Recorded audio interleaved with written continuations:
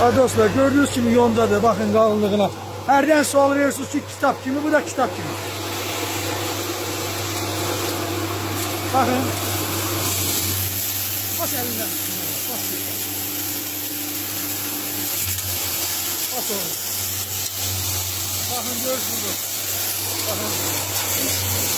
Bakın.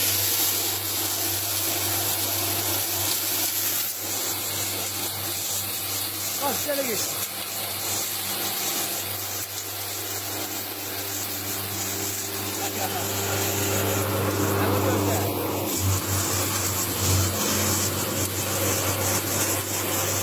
Söndü bu var.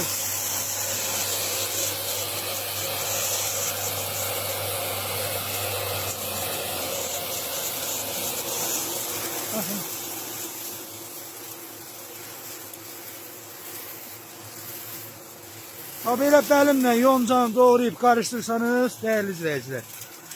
Yani bunu hansı heyvana verirsiniz, mümkündür ki buradan nəsə bir qalıq qalsın. Qalıq qalan 30 olsa gətirin verin mənə.